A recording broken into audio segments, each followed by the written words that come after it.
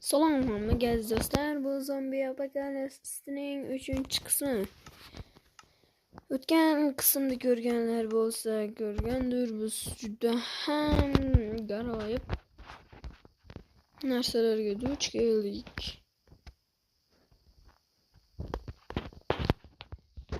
Şimdi do'stlar,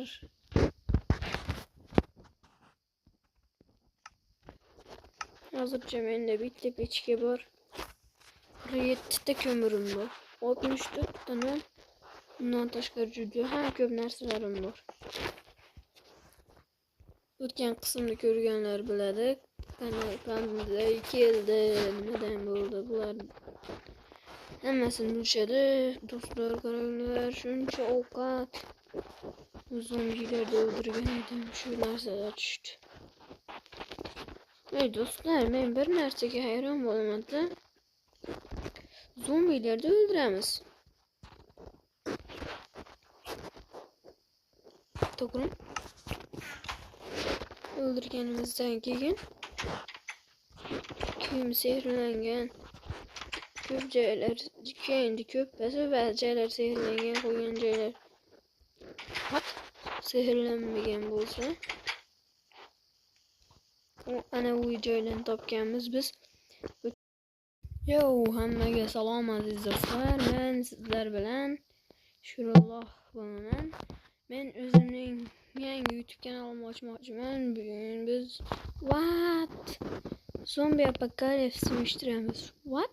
Nima bular? Orqamdan bir to'da zombilar quvlayapti meni. O'zim bu menga topshirilgan uymi? Ana zombi hali ham orqamdan kelyapti. Bu uyni tekshiramiz. Nimalar? Boshqa ishlaymi? Ana u yerda bol. Ana bu yerda.